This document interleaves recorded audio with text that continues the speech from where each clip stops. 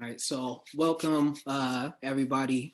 Before we get started, I just want to make a note that we do have live captioning being provided for tonight's event. And to access that, just click at the bottom right of your screen on live transcript and you'll be able to get access to that. So thank you to John Quill for providing that support tonight.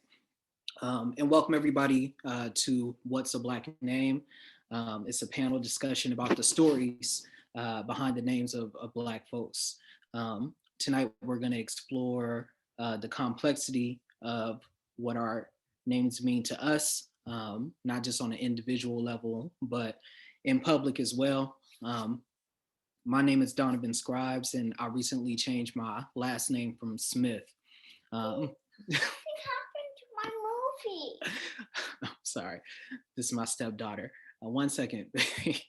And I recently changed my last name from Smith, as I said. You gotta get off camera, baby. I'm gonna come up. I know.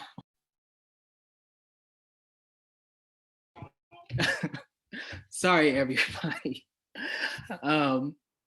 So I wrote about why I changed my last name from Smith to Scribes in an essay titled Why Scribes, the Long Ancestral Journey That Led Me to Change My Name. This change has been prompted by a number of things, including the birth of my daughter that's about to happen. And so names have been at the top of my mind. And that's serving as kind of the inspiration for tonight's discussion. I want to thank the PSU Black Bag series for the opportunity to delve into the stories behind Black names. We have a number of great guests who will be joining us tonight to explore this topic of what makes a Black name. First, I want to welcome to the virtual stage Cleo Davis. Cleo Davis is an artist from Portland. He has worked on the historic Black Williams art project and the Alberta Street Black Heritage markers. In his work, he combines disciplines of cultural and creative arts while utilizing design, historic preservation, economic development, and city policy. In one of his most recent projects, Davis orchestrated the move of a historic house in Portland to create a Black and Afro-American cornerstone of creative genius that promotes art, research, and imagination. Welcome, Cleo Davis.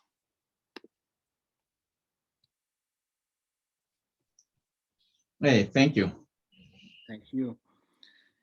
Next, we have, here. Absolutely, thank you. We have Gwen Carr. Gwen Carr serves on the emeritus board of an organization called the Oregon Black Pioneers, which is based in Salem.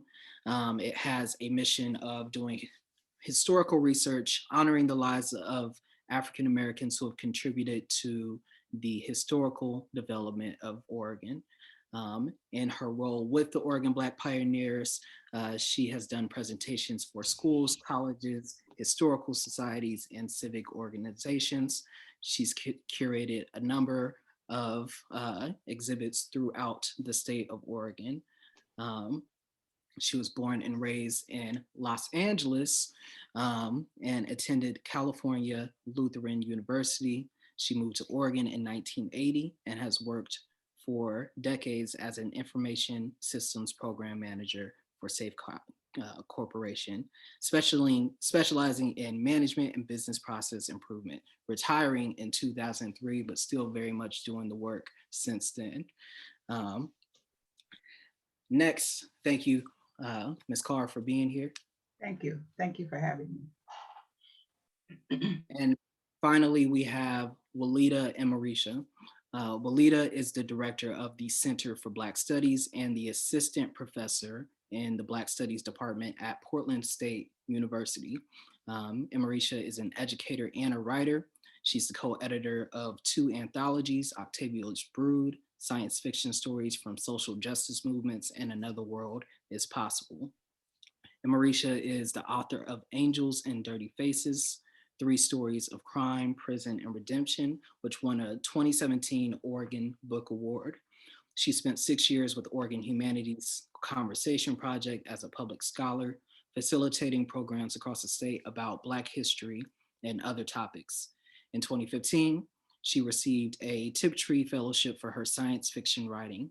In the past, Imarisha has taught at Stanford University, Oregon State University, and Pacific Northwest College of the Arts.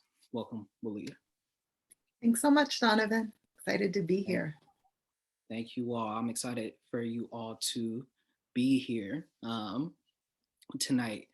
And like I said, we are going to be talking about names.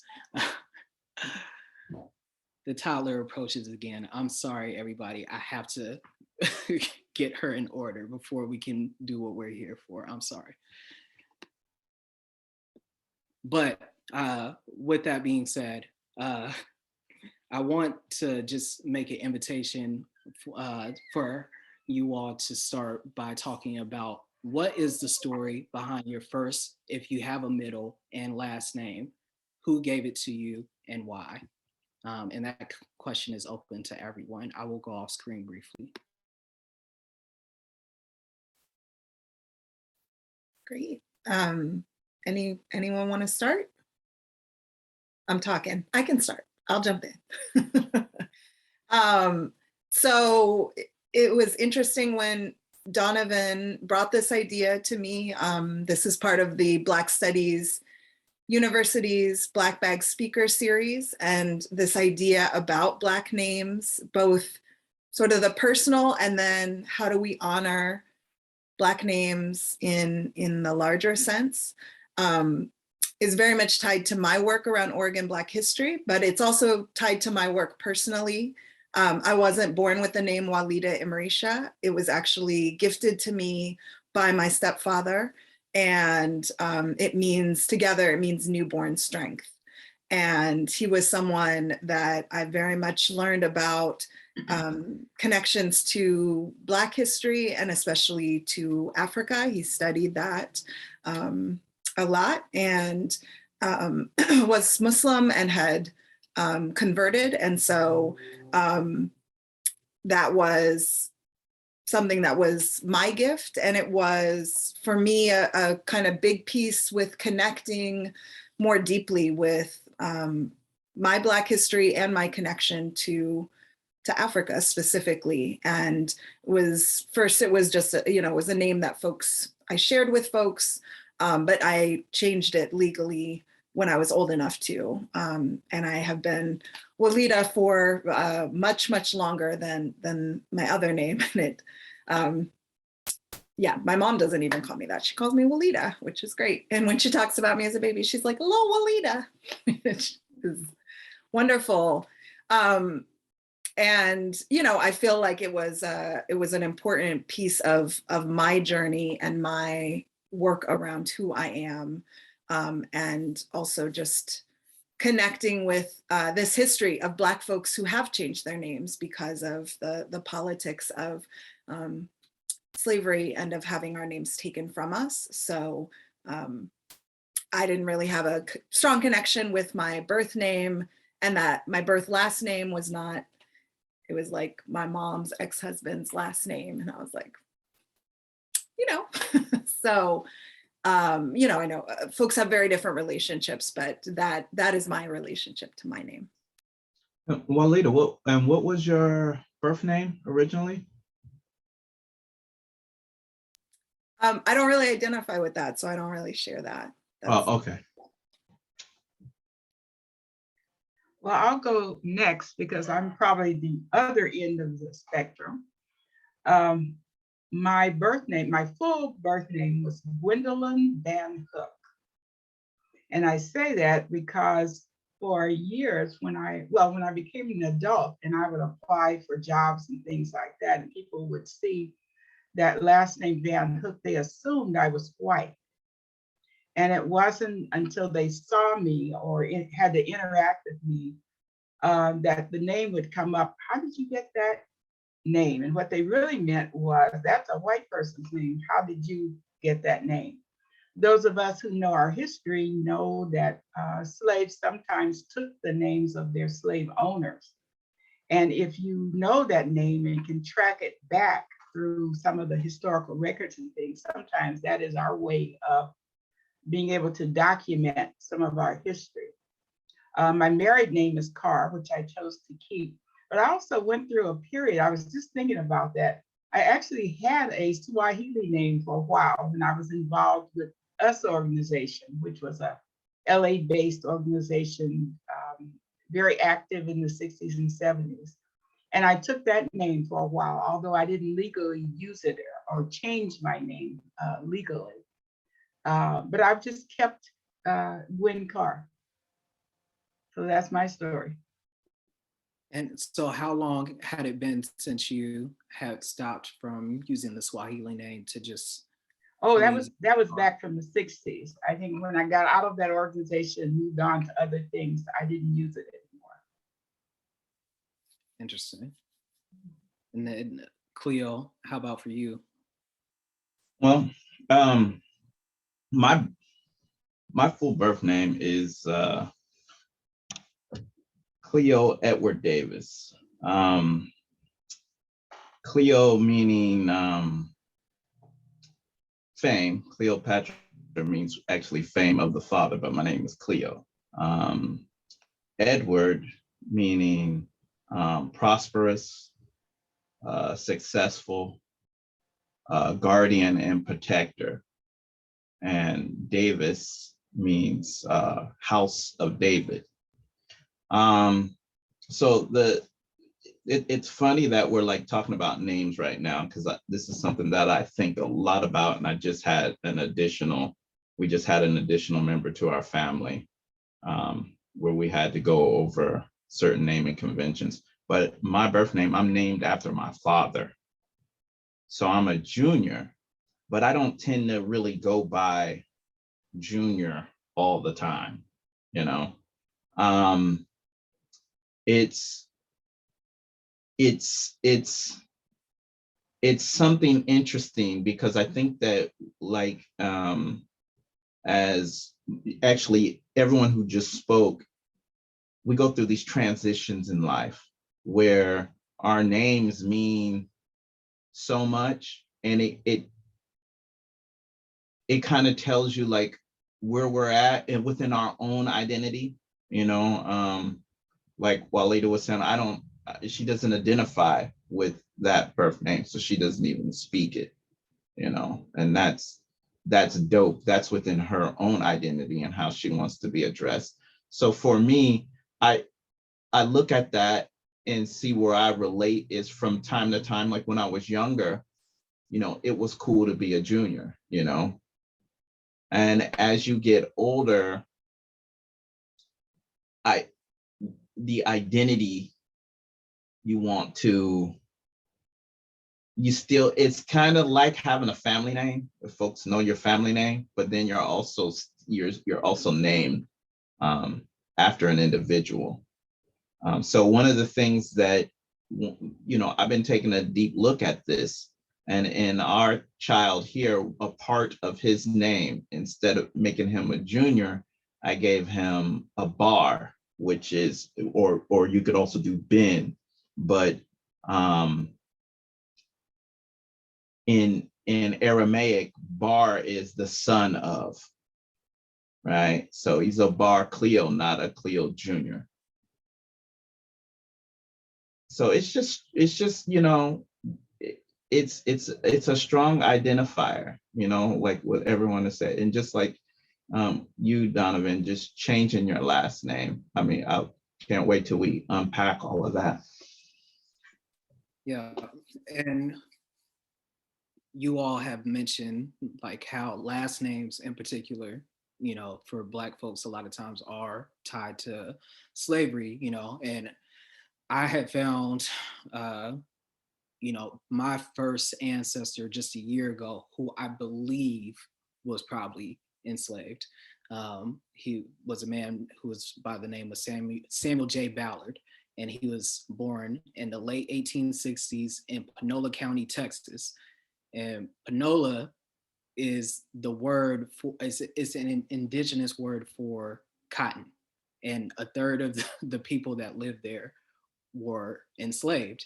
And it's in like pretty close proximity to Galveston, Texas, where, you know, the people that lived in that city learned they were free 2 years late.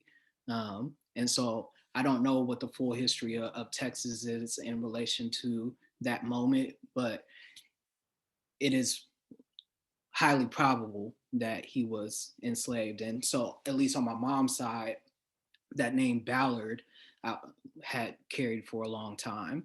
And I got Smith from my dad's side. But I'm wondering, just because slavery is so much a part of Black American identity, it's like almost inescapable. How much you all know about slavery's roots in your like family trees too.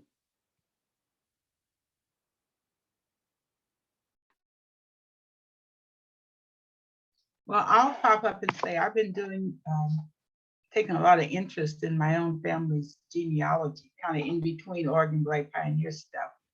And I'm able to go back, we're able to go back into slavery.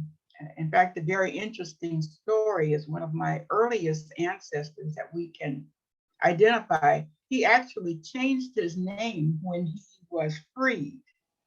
And we know what his slave owner name was. And then we know what his name, how he changed his own name, his last name.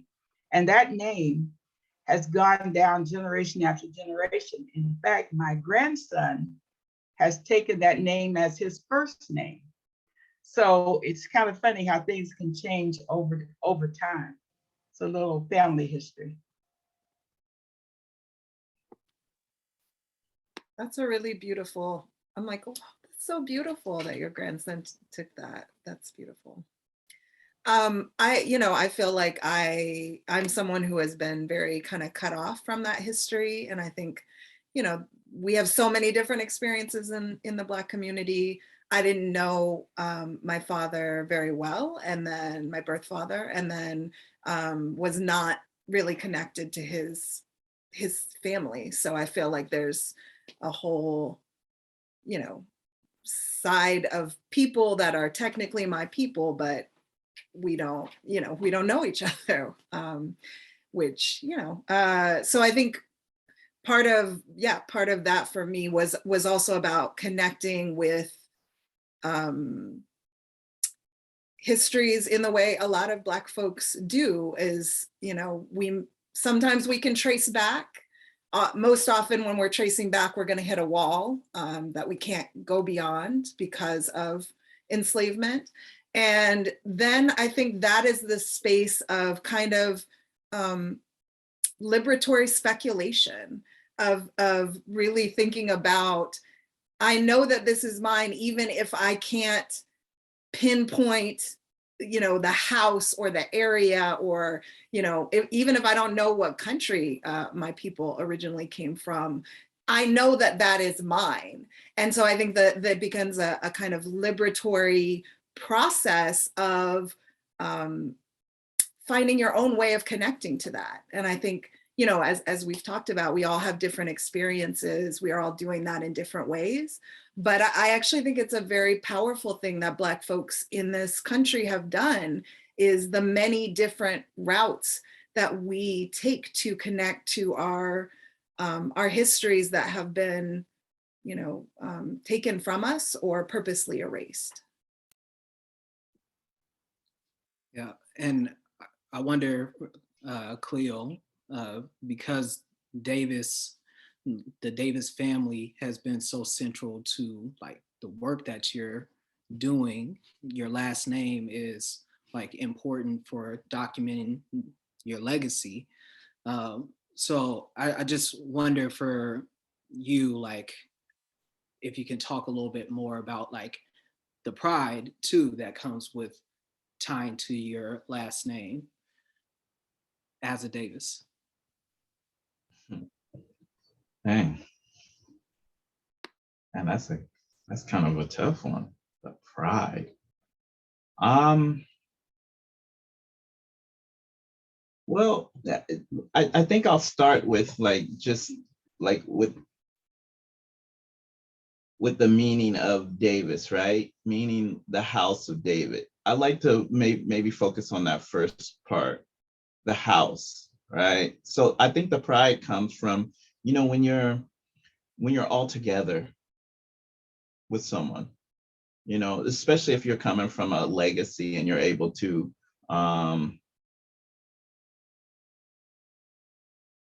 move that legacy forward or reconcile pieces. So, I mean, that's really on as a personal note, being able to reconcile some of the wrongs that the city of Portland has done, you know, a segment of the Davis family. So there is a, I don't, I don't know if pride is the right word that I'm trying to express, but there is a, I guess there's reassurance, right? That your ancestors, the folks that came before you, that you're walking in the right path. So really, like when it comes to like a family name and you have folks who are connected, it's more like there's a large sense of belonging. And I think that that's where the I'll leave it at that. It's just I don't know. Let's have a dialogue about it. I'm trying to get my words together, but yeah, that's what it is. For you, Gwen, you have researched Black Portland, Black Oregon for a long time. You have the book African Americans in Portland, and in doing the research on how we've lived our lives in this place, how important has surnames been to like piecing together the stories of our existence here? And you're on mute right now. It's been very important. Just to clarify, by the way, it's actually Kim Moreland that did the African Americans in Portland book.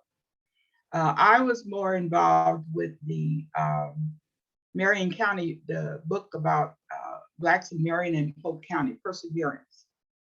But, you know, just understanding names and where they lived and where to find them made that surname very important, because the Blacks that came here, whether it was over the Oregon Trail or after that time period, they were a lot of times attached to white families because they came with white families.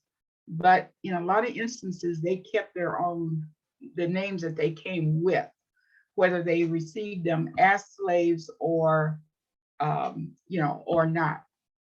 And so if you know the name of a person, for example, when you're looking for where African Americans are buried in the cemeteries, most cemeteries do not categorize the people that are buried there.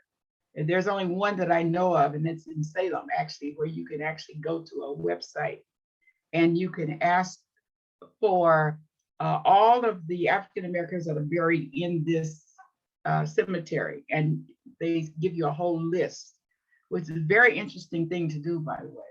Most cemeteries don't do that. They don't carry that kind of information. So you almost have to have that name in order to identify exactly where somebody's buried. So that's probably the most significant part of having the surname included. Thank you. And just, I had this question, but it's already been answered by you, Gwen and Walidah. You obviously have already changed your last name. But so I guess this question will just be for Cleo again. I'm putting you in the hot seat. But I think for a lot of us, like in regards to names and like changing names, like Malcolm X, the exposure of Malcolm X, not even NOI, like, but Malcolm X saying, I'm Xing out my last name because I don't know the history of where I've been, or where I come from.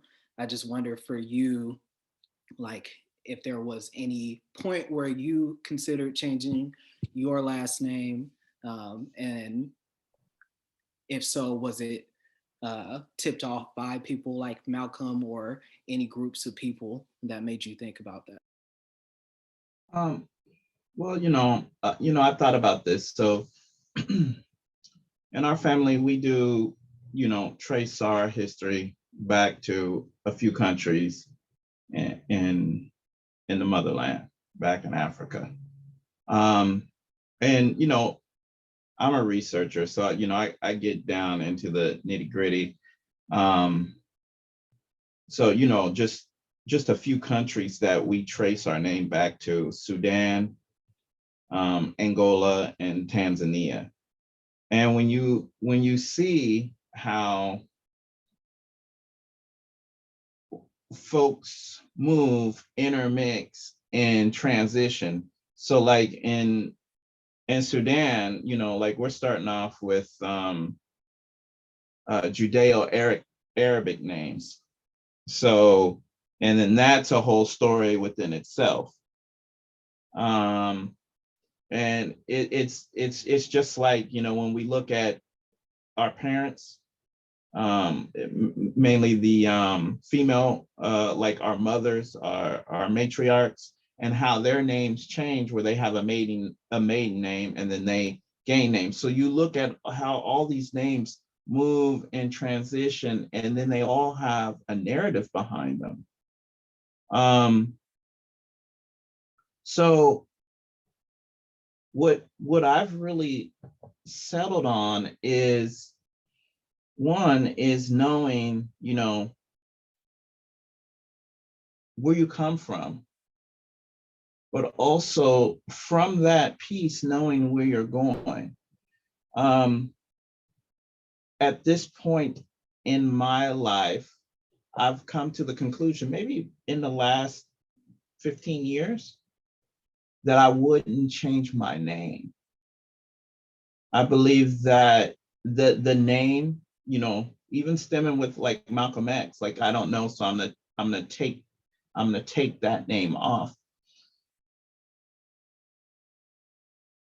Changing, I believe in adding to your name. So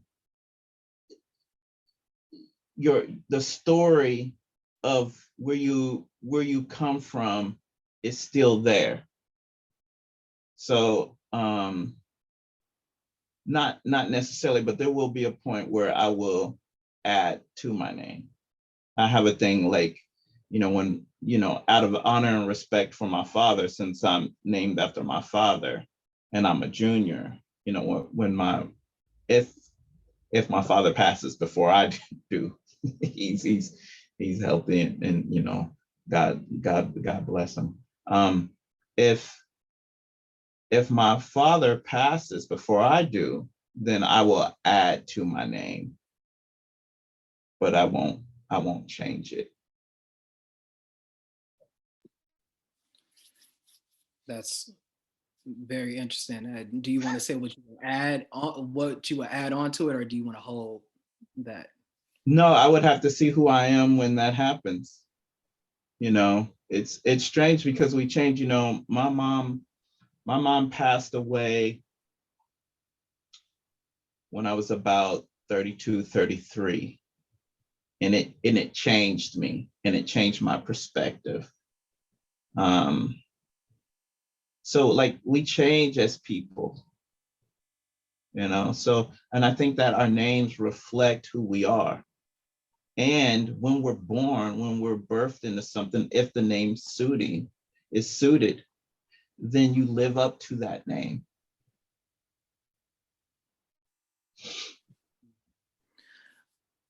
I wanted to play a video, but we're running tight on time. But if you all are familiar with the comedy duo Key and Peele, they have a sketch that makes fun of names. It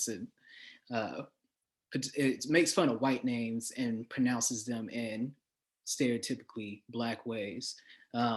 But I think it's interesting because it really is just a play on normalization. Well, I guess we're gonna play it. We're gonna go ahead and play it. We don't have to. I'm on your cue, man.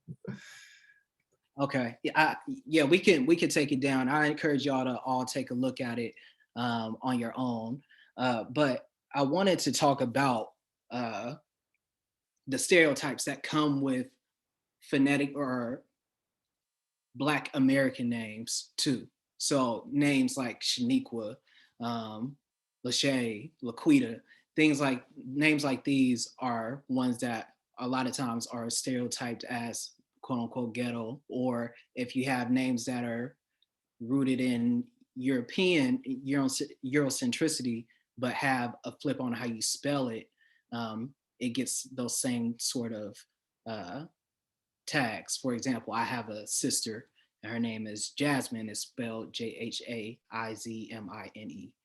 And so I just wanted to talk about, and really I was going to lean into you, Walidah, to talk about where these labels of ghetto come from, but also where the roots of these Black American names actually really rest. I mean, I think there's a lot of answers. So we could do, hours just on that. But, I think part of it is the creativity and individuality and bringing that. I think the reason it is looked down on is, obviously because it is Black people doing it. And I think, oftentimes when it's Black folks doing the thing that they created, it's looked down on as low class or, as you said, ghetto. But once it is appropriated by the larger white culture, then it becomes trendy. It becomes, it becomes the in thing. It becomes something that, celebrities, especially white celebrities, are doing and popularizing to other folks. And so, it's that adage of, larger white society loves everything about Black folks except Black folks, right? And so that I think the pieces of us that have transitioned with us from Africa, the pieces of us that we have adapted and reimagined in this brutally hostile new environment, those pieces of us that are quintessentially us are the pieces that are most maligned and vilified. And, I feel like there's just, I put the link to the skit in the chat, and I also encourage people to watch it because I think, the names that folks are able to pronounce and then the names that they can't pronounce or pretend they can't pronounce, there are a lot of weird names in the English language. They do not look, I just saw a meme that was like, you can't pronounce an African name, but you can pronounce Phoebe properly. Like nothing about that sounds the way it's spelled. So the ways that we are conditioned to view certain names as normal and certain names as, abnormal, as made up, right? And that's also a very interesting accusation. I'm like, everything is made up, right? This whole English language is just held together with duct tape from a lot of different places, often in times ways that don't make sense. So, it becomes very much a picking and choosing that is about power and, vilifying and demonizing folks. It's not because it's actually rooted in anything real, because if it was, then we would be having very different conversations. Yeah, I think the point that everything is made up is one of the most important ones. And I think Black people are in constant creative mode, constantly making up things that, like I saw Quinn saying in the chat, that people like to copy later. um, so I also wanted to talk about how we honor Black folks in the public sphere as well. And, you know, in Oregon, we have, uh, I believe it's 18 geographic features still that have words tied to them, like Negro or darky or brownie. And for the ones that were named Negro, that was an update, I believe, from the 60s when it was the N word. And so that was an improvement. But a lot of these places that have words like this tied to them are actually where Black people lived in some capacity. And that's really interesting, especially for a state like Oregon that excluded Black people from its founding. And then you have these early kind of geographic features that are early, so to speak, but where Black people were. And so, Ms. Carr, you've worked very hard on, you know, renaming of features to honor the Black folks that lived here. The most recent was Ben Jonson Mountain, and I'm hoping you could just tell us a little bit about Ben Jonson and that effort to honor his legacy. Yes, actually, it's down to 15 now, and shortly it'll be down to probably 10. We are kind of systematically working through those names, and the idea is we know where they are, and if we can identify Black pioneers who lived in that area, for example, or we know who it's named for, although it didn't use his name, it used nigger or Negro or whatever the term was at the time, then that's what we're trying to do. And that was the case of Ben Jonson.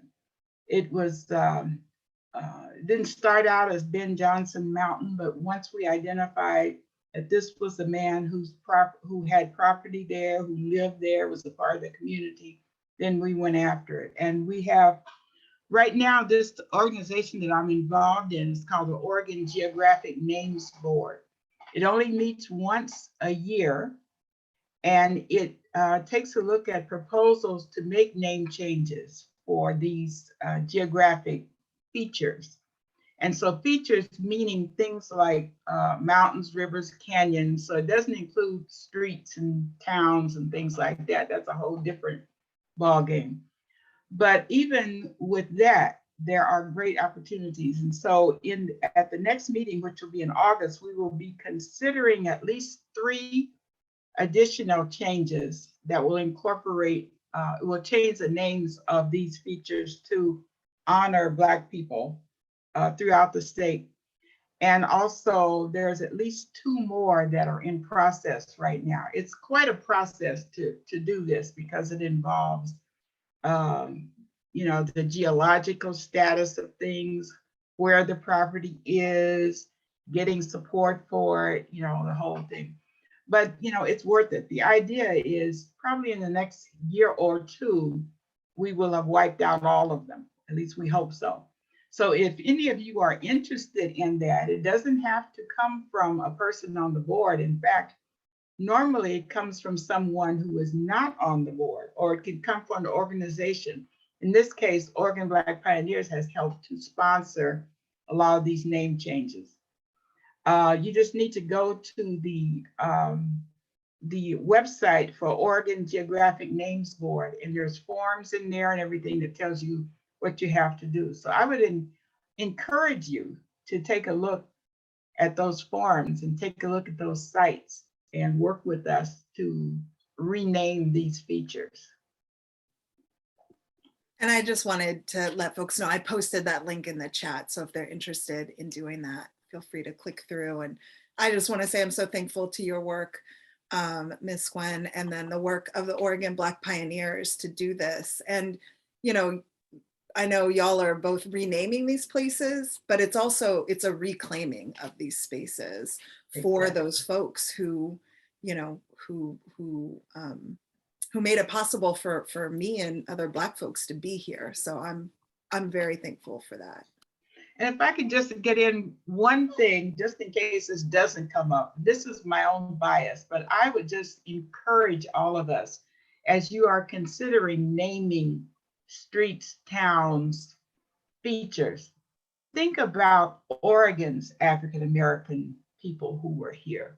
So many times we jump to name something, Martin Luther King, this or that, or some other thing. That's fine, but we need to honor our own folks. And that's a way of doing that. So I would just encourage you, as you have an opportunity to rename a building, rename a street, name anything, to consider the African Americans who have lived in Oregon from the 1700s, and probably prior to that.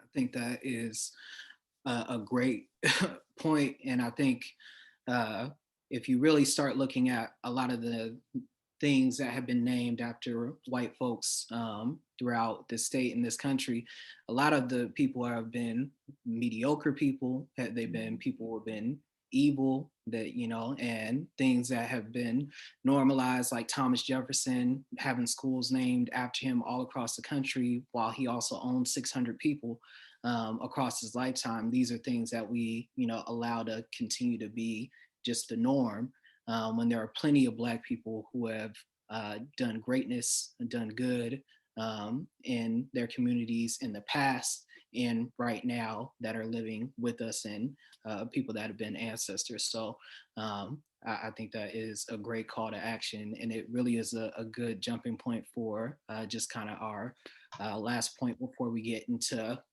Q&A.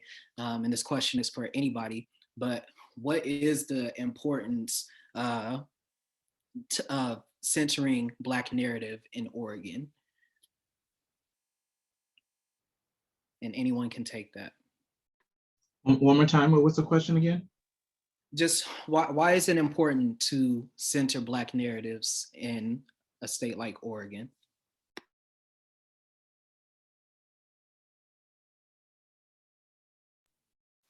I can start it off, and I'm excited to hear other folks' thoughts. I mean, I think you cannot understand a place like Oregon without understanding the experiences of people of color in general and Black people specifically. Oregon often, you know, in some ways feels like there's two very different Oregons living right by each other. And, you know, white Oregonians often know nothing about the experiences of folks of color. And I think it's incredibly important to center those narratives and stories, because that is who we are. That is what this state is. And to center those narratives in a way that honors the immense life-changing organizing work that the Black communities in Oregon have and are continuing to do. Black folks in Oregon, you know, as you mentioned, as you alluded to, Donovan, have you know, faced legally being excluded from the state, have faced being told they would be publicly whipped over and over again until they left, have been charged for the mere privilege of existing in this state, have not been recognized as people or citizens, have had their experiences erased, and that's just really the founding period. And yet these folks not only built community in a place that said, we will publicly torture you until you leave, and Black folks said, well, I'm not leaving, so I guess we got to figure this out. But they actively changed this state for the better over and over and over again. Black folks, when we fight, we fight for ourselves and we fight and make institutions more accessible for everyone. And so looking at the history of public education in Oregon, it was Black folks that were fighting for access for their children, which opened up access for everyone else who had been locked out of this kind of white Protestant only educational system. So I think it's just important to honor, we have changed Oregon over and over again. When people say, well, Black folks are numerically so small, why bother studying them? Why bother taking them into account? We have moved forward so many things that has made life better for everyone. And we should be acknowledged and honored for that. And our leadership should be centered in the future. Like we've done it in the past, and we will do it in the future, whether or not Oregon wants it. It's really just, how hard is this change gonna hit Oregon? You know, and Oregon has been very, very stubborn and racist, and that change has hit it very hard in the past. And so I think that's, the question is not, will Black folks continue to make change? It's, you know, how much will systems of oppression and power fight against that change in Oregon? I would agree with that, Walidah. I think this is really about us as much as it is about whites that live in Oregon. Because when you get right down to it, most Black people in Oregon don't know their own history. And as a result, they have accepted, I think, the picture or the story that's been told to them. There's so few Blacks, there weren't any Blacks here, no Blacks on the Oregon Trail, just sort of came, miraculously arrived here with World War II or with the railroads, when in truth, Oregon's Black history goes back so much farther, and it's so much deeper than those things. And I think in order for us to stay strong and encourage our children and our grandchildren to stay strong and to keep fighting, we have to really understand that we belong here. We came here, we made it here, we created change here, but we've got to know and understand that history before we can jump out there and start doing things. Like, otherwise, we're accepting the story that's been given us. And we all know that that is an incomplete story.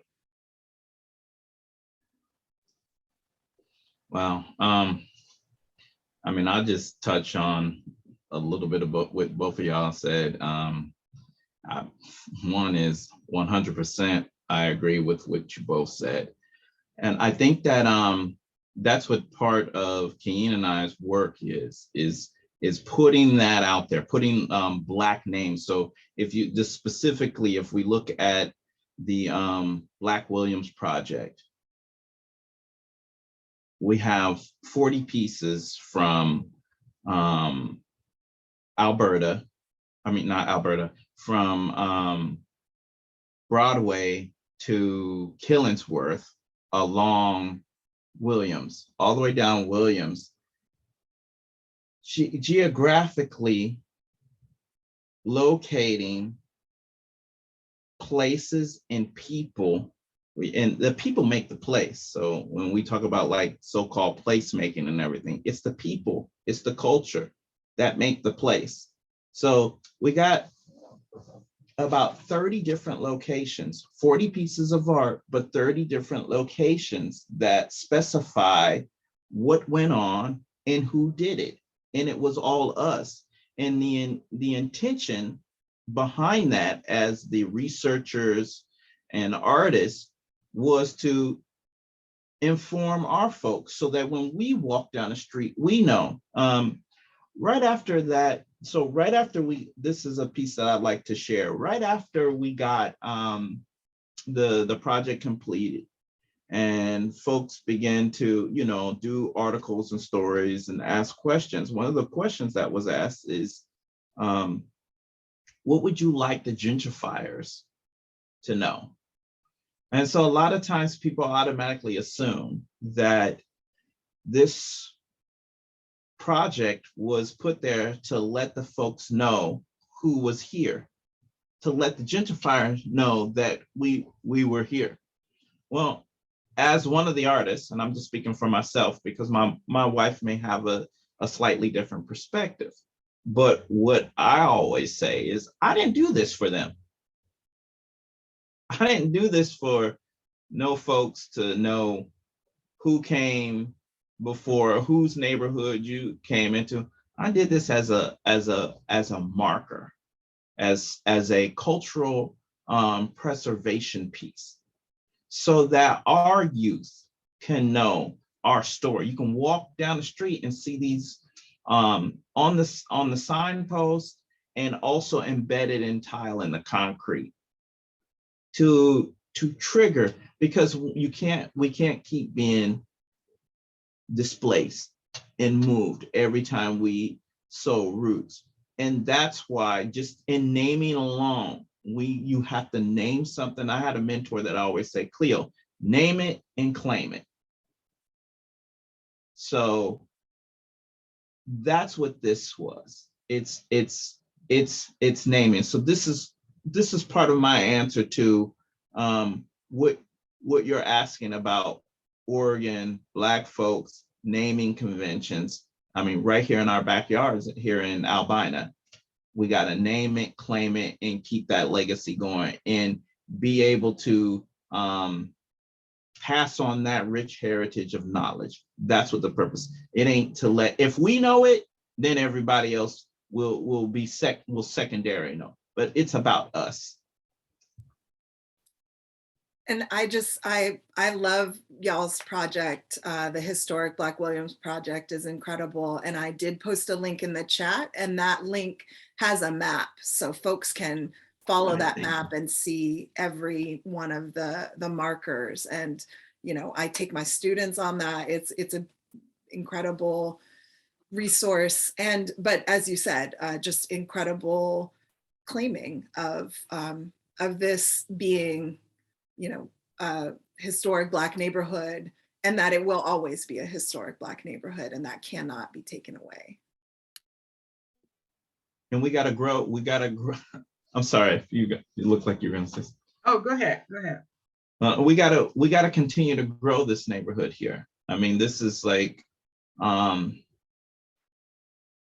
a neighborhood that we've had major impact in. I mean, we've moved around, starting off in Northwest to Southeast, then, you know, Vanport, and then now here in Lower Albina, but we have deep roots here.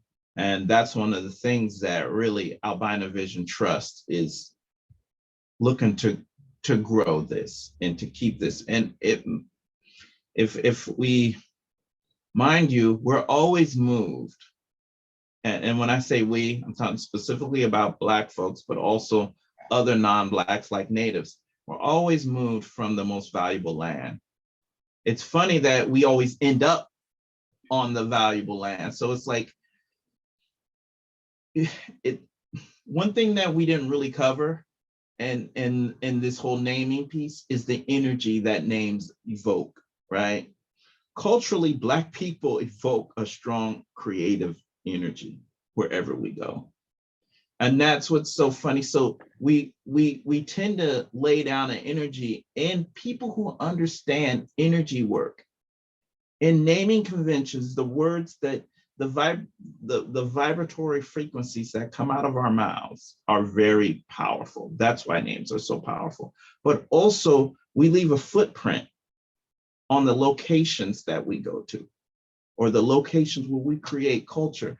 And what's always funny, if you look in any like Black town that has been displaced, from Lower Albina or Albina in general, all the way to Black Wall Street, and you see what people set up, what they do is they intentionally set up something. They get rid of the original occupants, but they set up that at which the same energy, the same frequency. So like we talk about Jump Town and the jazz and all of that, what you'll see is folks will come in and displace you, but continue that energy of growth. I know it seems a little bit off topic, but I just have to throw that in there. It's important to me because I'm talking about name and place, right? Names, place, and then the energy that people as a culture, what we do. I'm passionate about our neighborhood here and about this whole topic. And to me, it's all one. I wish we would have got to see the clip that you know, and have a discussion about that and pronunciation and all of that also. This is deep. Okay, enough. I'm done. Thank you. That's I'm realizing we're in this how much time really could have been dedicated to this convo because it is a lot. Ms. Carr, I wanted to give you the last comment on this, and would you all be willing to stay about 10 more minutes for the Q&A? I did want to give people that opportunity to do that. All right. I just wanted to say that within the next few months, probably all of you will be receive something from me or from someone else who's working on a project. It's really a federal preservation grant through Oregon Heritage. We're working with the University of Oregon, Oregon Black Pioneers, and several other organizations to identify African-American heritage sites throughout the state. Some of this has already been done for Portland, and you've seen some of the results of that, some of the places that are now on the National Registry, like Mount Olivet and Dean's Beauty Shop, Golden West Hotel. But now we're going beyond Portland out into the rural areas to all the other sections of Oregon. We've already identified quite a few, and now we are about to get into an outreach phase where we go out and talk about these places and identify additional places that we can include on this list. And this becomes a place that becomes a place, a document that can be used into the future as we try to identify more and more places that can be nationally recognized on the preservation, the National Registry preservation. So just be alert for that. And if you don't hear anything the next month or so, get in touch with me because we missed you somehow. But we're very interested in getting that word out. As I say, Portland has been done, but now we're looking at all the other sections of Oregon. So this, again, brings together name and place and recognition and legacy. And thank you for that work. And everyone here is doing work to make sure that the stories, the narratives, the names of Black folks stay alive. And I'm thankful that you all could be a part of this conversation. I wish we actually had more time to dive into all of this stuff.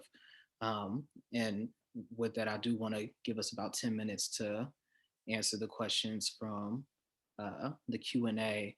The first one came in from Queen M, and she said, do you feel or see that ethnic Black American African Americans are essentially disregarded as an ethnic group, that our names and life here in the US is just deemed quote unquote bad or quote unquote ghetto, as if to shame our existence here?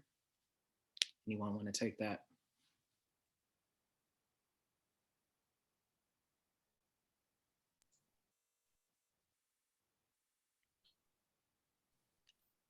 I have a quick thought that doesn't entirely answer that question, but I do Black futurism, Afrofuturism work, and there's a short story called The Pretended, which was in the Dark Matter collection.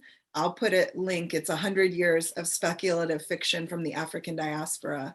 It's an amazing anthology. But in The Pretended, and it's a rough story, so I'm content warning, going to talk about genocide. So in it, white folks have killed all the Black people. All the Black people are gone because the economy no longer needed us. But then they realized there was things they needed, so they built Black robots to take our place. But the Black robots basically their existence shamed Black folks because it reminded them of what they had done. And so in the story, they are now eradicating all of the Black robots as well. So it's a double genocide.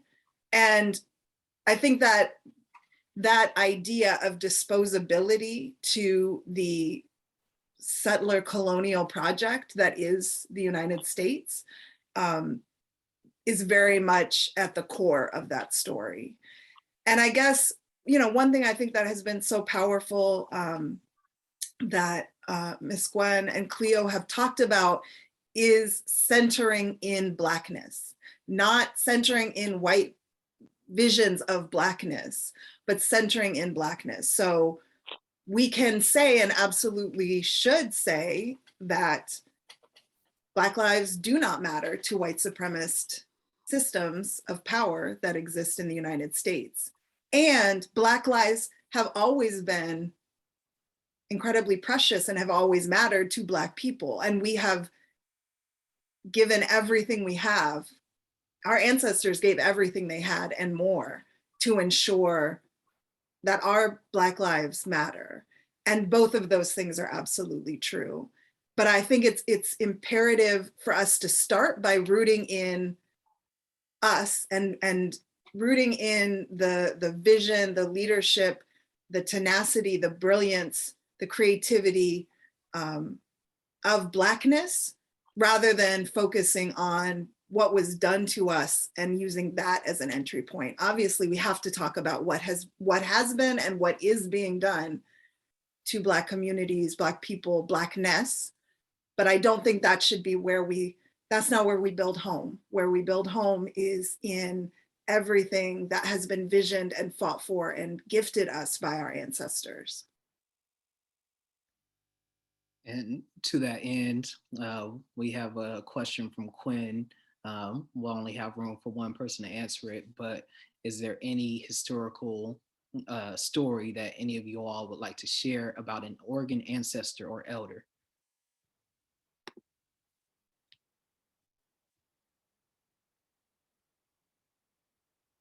That's you, Ms. Carr. Well, I was born and raised in California, so I do not have a historical Oregon ancestor. I know lots of stories though from just the research that we have done.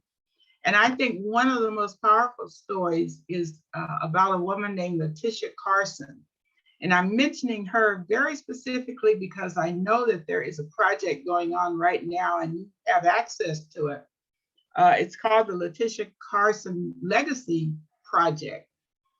And it tells the story of this Black woman who came over the Oregon Trail, who was married to a Irish man. They had one child on the trail and another one when they got into Oregon. And her story is really one of perseverance. After he died, her land was taken from her. She sued and got the land back eventually. And eventually she becomes one of the first women in Oregon and probably the first Black woman in Oregon to be a part of the Homestead Act. So her story is just extraordinary of how she survived in spite of all these different barriers along the way. And I mention her very specifically because a lot has been written about her. And if you really want to see the results of some research and some legal actions and all those kinds of things, find out about Letitia Carson. She's one of a kind. And I did just want to highlight, Donovan, there was a question in the chat that I thought might be a good one to end on, specifically for you and Cleo. The question was about naming children and thinking about, you know, we've been talking about how names have come here, but this one's really looking forward. So for Cleo, thinking about and sharing just how you came up with your children's name, you know, you don't have to say the name if you want, but just that process. And then Donovan, you mentioned that this has kind of been on your mind since you've got new life on the way. So how are you thinking about that? Dang. Okay. I did really want to, I know we're out of time. I did really want to kind of tail line on that whole piece about shame. I just want to say something real quick about shame. The shame piece of, you know, deeming us as bad or ghetto. Shame is something that is held from the eye of the beholder or a culture or a group of people. But when people put shame on you to be shameful, we have to really take a deeper look at that. For example, many of us are shamed when it comes to colorism, just based off of the color that we are or where we come from. So I would love to, you know, at a greater time, dive deeper into when others, outsiders, place shame on you, and when we grasp and accept those reasons to be shameful of. So I just had to get that out. So like back to the question that you originally asked, Walidah, about the naming conventions for children. Well, the chat asked, someone in the chat just asked sort of what was the process thinking about you talked about the power of naming, thinking about you're naming someone else for you and for Donovan. I'm sure for Miss Gwen as well, but since you both mentioned that. Well, you know, our process has been to really take a look at, you know, spend some time with the child. So we usually name our children on the 8th day. So we take a look at who they are, what their personality is. They all have an interesting birth story. And so we tend to name them based off of their birth story. Like one of our children really was born smiling, you know, smiling and laughing. They don't usually tend to like smile and laugh until 6 to 8 weeks, but she was born smiling and laughing. So her name is her name is Ife Tayo, which means love has brought in joy. So she came out very joyful, and she's still joyful. So it's just about, that's one of our traditions, is really taking a look at them and naming them based off of their qualities, and naming them off of some type of expectations. I know a lot of times we talk about not living up to others' expectations, but this goes back to shame. This is what keeps you out of shame. When you live up to honorable names, you know, when you have expectations to live up to, that's what brings you pride and joy and keeps a family cohesive. What are you guys' thoughts? Yeah. For us, you know, our baby is due in about a month, and we, a partner, Zoe, she asked me what names I had some months ago, and I really wasn't even ready to share the list at that time, but I shared some with her, and you know, some of them were based in Swahili, some of them were just things that were connected to things that I think we both enjoy, you know, around the earth and space, and solstice was one of the names on that list. And she said, I love that. And I really loved it too. And it just felt right. And coincidentally, we looked into it more, and we're sitting there and it's like, we're actually talking about this, and it's the summer or the winter solstice. And the due date is the day after the summer solstice. So, babies come when they feel like it. But yeah, so we just kind of felt like that was right. And there were other things too that we found later that I won't go into, but felt even more like it was right.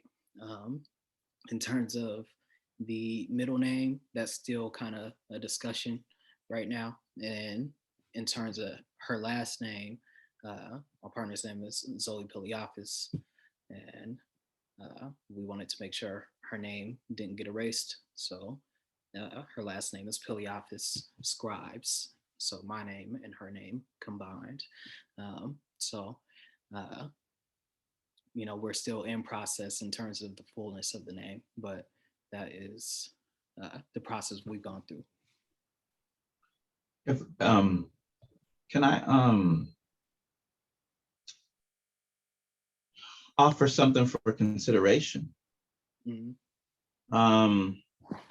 So our children tend to have pretty long names, but our last child, who was just born about 6 weeks ago, he has 9 different names. And this came about based off of like all of the things that we spoke about, like the power of names and really versatility.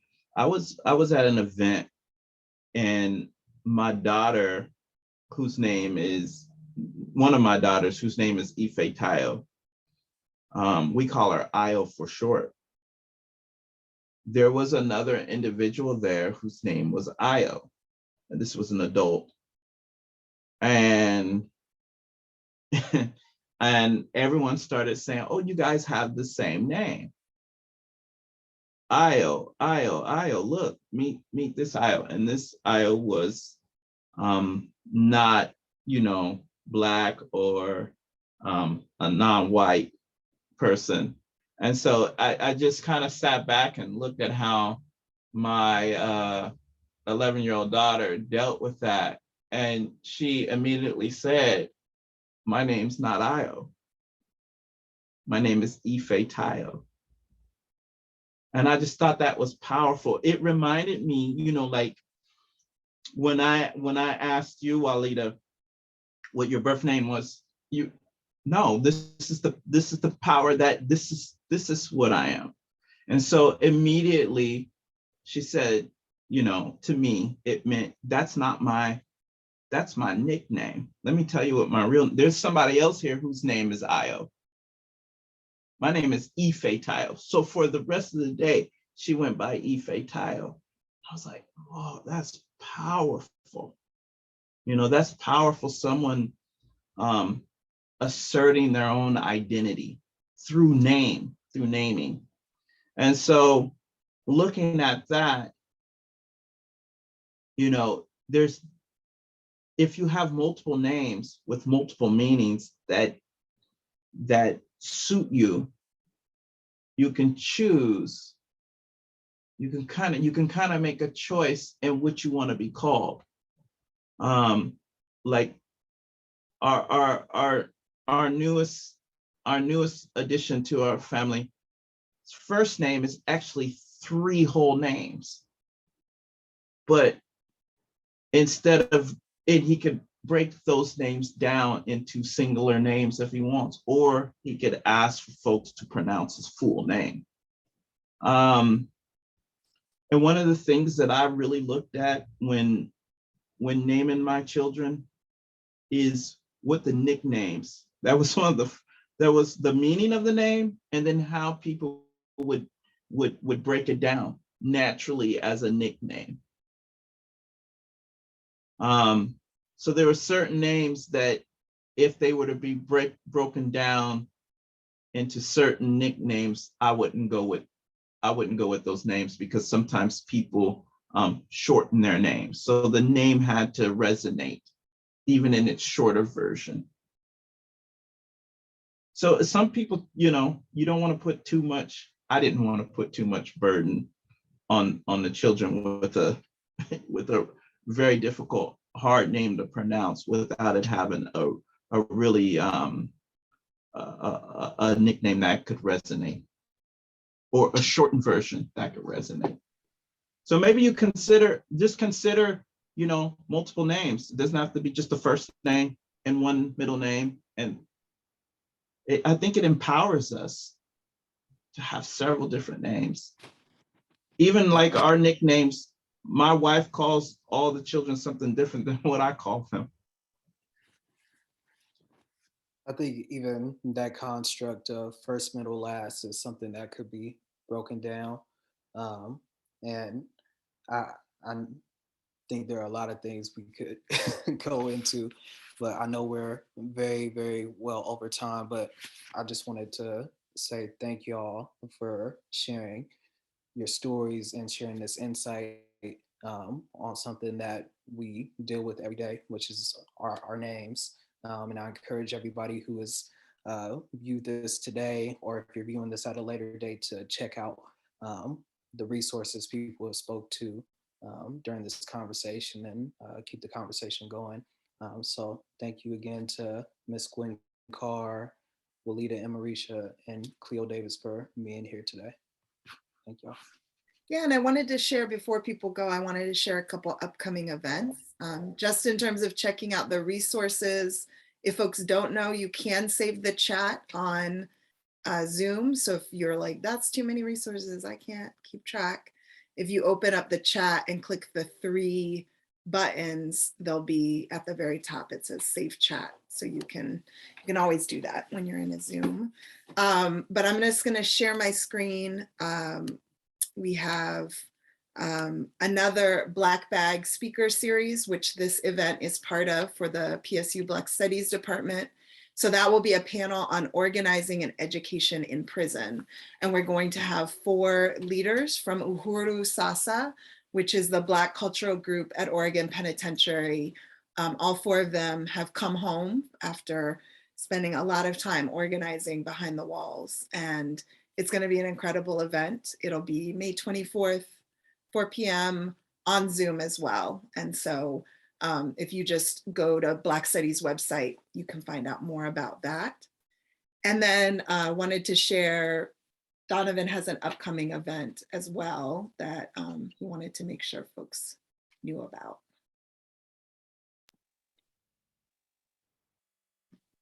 And I believe Miss Gwen has an event she wanted to mention as well.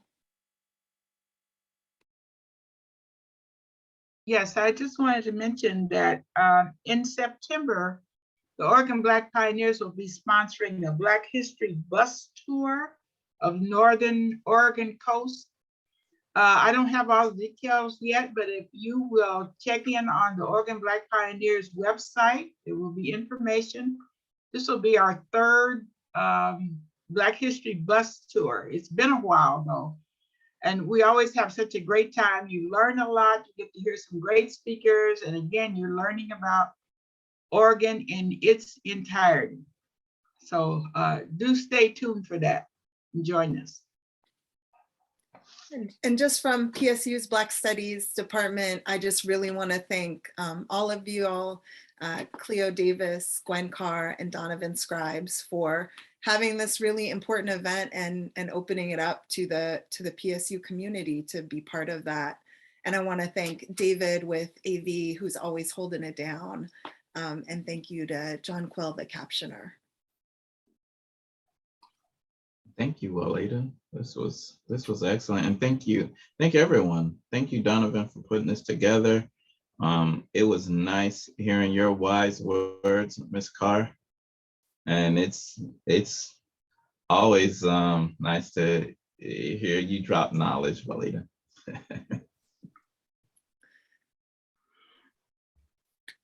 All right, enjoy. Yeah, thank you all so All much. right, thank you. Have a good evening. Take care.